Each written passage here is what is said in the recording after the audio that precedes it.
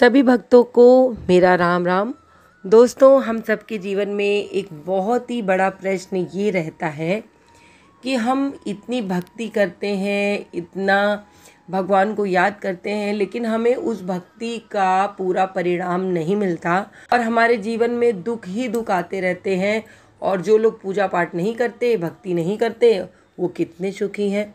इस तरीके की जिनके अंदर भी फीलिंग आती है, उन सभी के लिए आज मैं बहुत ही सुंदर एक कथा लेकर आई हूँ। इस कथा को अगर आप पूरा सुन लेंगे तो मुझे पूरा यकीन है कि आपको पता चल जाएगा कि आप क्या गलती कर रहे हैं जिस कारण से आपकी भक्ति सफल नहीं हो पा रही है। श्री अयोध्या जी में एक उच्च कोटि के संत रहते थे दोस्तों। इन्हें रामायण का कथा श्रवण करने का बहुत व्यसन था, मतलब एक तरीके से नशा था। जहाँ भी कथा चलती वहाँ बड़े प्रेम से कथा सुनते, भी किसी प्रेमी से अथवा संत से कथा कहने की विनती किया करते थे।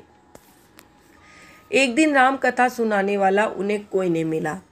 वहीं पास में एक पंडित जी रामायण की पोथी लेकर जा रहे थे। पंडित जी ने संत को प्रणाम किया और पूछा, महाराज एक काम कर दीजिए मेरा। संत ने कहा, पंडित जी रामायण की कथा सुना दो, परंतु हमारे पास दक्षिणा देने के लिए 1 रुपया भी नहीं है। हम तो फक्कड़ साधु हैं, माला लंगोटी और कमंडल, इसके अलावा हमारे पास कुछ है नहीं। कथा भी एकांत में सुनने का मन है हमारा। पंडित जी ने कहा, ठीक है महाराज। संत और कथा सुनाने वाले पंडित जी दोनों सरयू नदी के किनारे जाकर बैठ गए।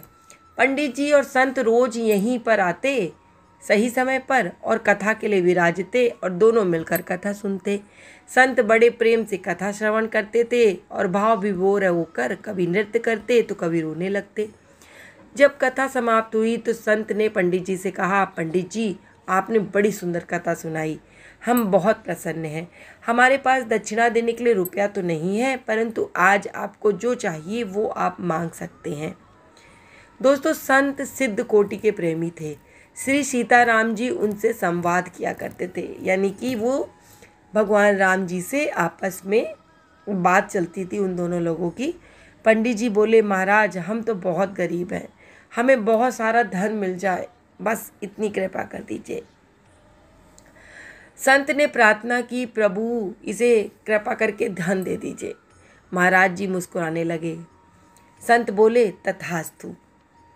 फिर संत ने पूछा, मांगो पंडित जी, और क्या चाहते हो? पंडित जी बोले, हमारे घर में पुत्रियां तो बहुत हैं, लेकिन पुत्र नहीं है। एक पुत्र हो जाता तो बड़ा आनंद हो जाता। संत जी ने पुनः प्रार्थना की सीताराम जी से और श्री राम जी मुस्कुरा दिए। संत समझ गए कि काम हो जाएगा। फिर संत जी बोले, तथास्तु, तुम्हें बहुत ही ज्ञानी पुत्र प्राप्त होगा।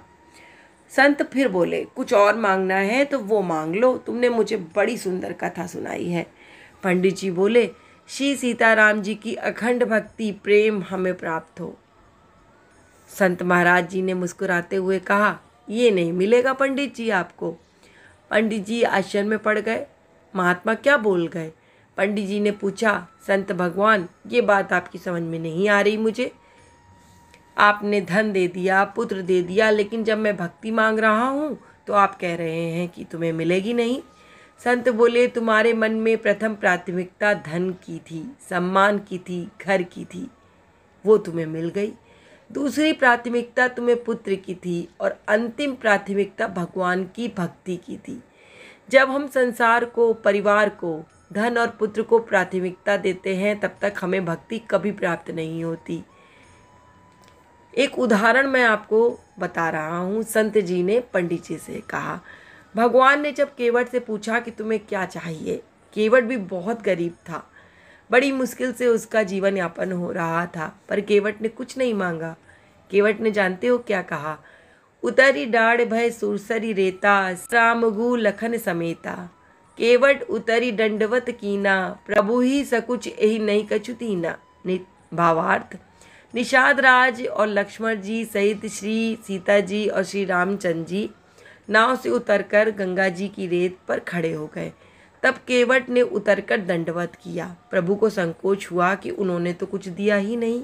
ही कीस ये जान निहारी, मन मुदरी मन मुदित उतारी, कहू कृपाल लेई उतराई, केवट चरण गहे अकुलाई। भावार्थ, पति के हृदय को जानने वाली सीता जी समझ गईं कि आज श्री राम के मन में ये कष्ट हो रहा है कि वो कुछ दे नहीं पा रहे।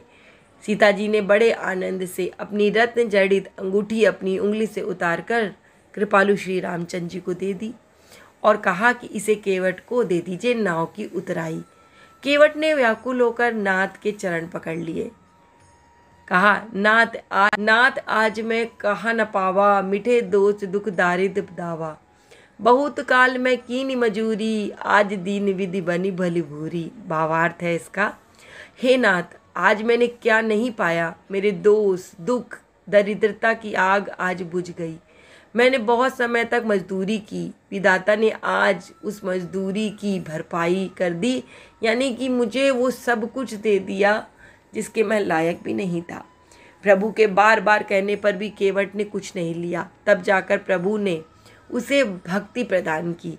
हनुमान जी को जानकी माता ने अनेकों वरदान दिए, बल बुद्धि सिद्धि अमरत्व, परंतु उन्होंने कुछ प्रसन्नता नहीं दिखाई। अंत में जानकी जी ने जब प्रभु श्री राम के प्रेम और अखंड भक्ति का वर दिया, तब हनुमान जी का आनंद गदगद हो गया। प्रभु की भक्ति में ही शक्ति है और शक्ति से ही जीवन में मोक्ष प्राप्त हो सकता है। और अगर मन में लगन है तो हम क्या कुछ नहीं प्राप्त कर सकते। तो दोस्तों, अगर आप सच में भगवान की भक्ति चाहते हैं तो सारे मोह माया बंधन से अपने आप को मुक्त कर लीजिए। देखिए, आप जीवन में गृहस्थ आश्रम से जुड़े हैं, आपके कुछ दायित्व है, आपको उन्हें करना होगा ही होगा, लेकिन सारे कामों को करते हुए अपने उन्हीं सारे कार्यों को प्रभु को समर्पित कर दीजिए। सुबह उठिए, एक बात बोलिए कि प्रभु, आज मैं जो कुछ भी करूं, जो कुछ भी खाऊं, जैसे भी रहूं, वो सब कुछ आपको समर्पित करती हूं। ऐसा करके देखिए, आपको भक्ति ना प्राप्त हो तो मुझे कमेंट ज़रूर करिएगा, क्योंकि भगवान भाव के भूखे होते हैं। उन्हें एक बार प्रेम से पुकारिए, वो आपके दरवाजे आकर खड़े ही हो जाएंगे। दोस्तों, आज की आपको ये कथा कैसी लगी? कथा तो मैंने इसलिए कही ताकि आपको मेरी बात समझ में आ जाए, क्योंकि कथा के माध्यम से जब हम कोई बात समझते हैं तो वो हमें अच्छे से समझ में आ जाती है। अगर आपको पसंद आई हो तो आगे शेयर भी ज़रूर कर दीजिएगा और ऐसे ही वीडियो देखने के लिए हमारे साथ जुड़े रहिए। मैं बाबा से प्रार्थना करती हूँ कि बाबा मेरे सभी भक्तों पर अपनी कृपा दृष्टि ऐसे ही बना के रखिए। इसी के साथ जय श्री राम, जय बाबा की और हर हर महादेव दोस्तों।